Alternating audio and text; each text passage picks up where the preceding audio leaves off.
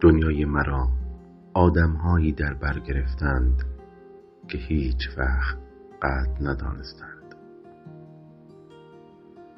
دنیای من پر بود از صداهایی که می‌گفتند تو کافی نیستی، اما من بی صدا نماندم.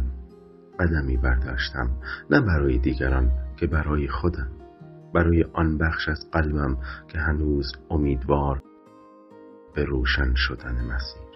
هر بار که خیالی خاموش میشد، جرقه‌ای از صدای درونیم روشن میشد و از همان نور کوچک جاده‌ای جدید رو به آسمان باز میشد. شاید قدر من را ندانستند، اما من فهمیدم ارزش همان لحظه‌های تلخ چنان آبی است که خاک تشنه را می‌زلالد. من شروع کردم به جمع کردن تجربه‌ها، به یادگیری از هر اشتباه، به بخشیدن خودم و ادامه دادن با آرامش.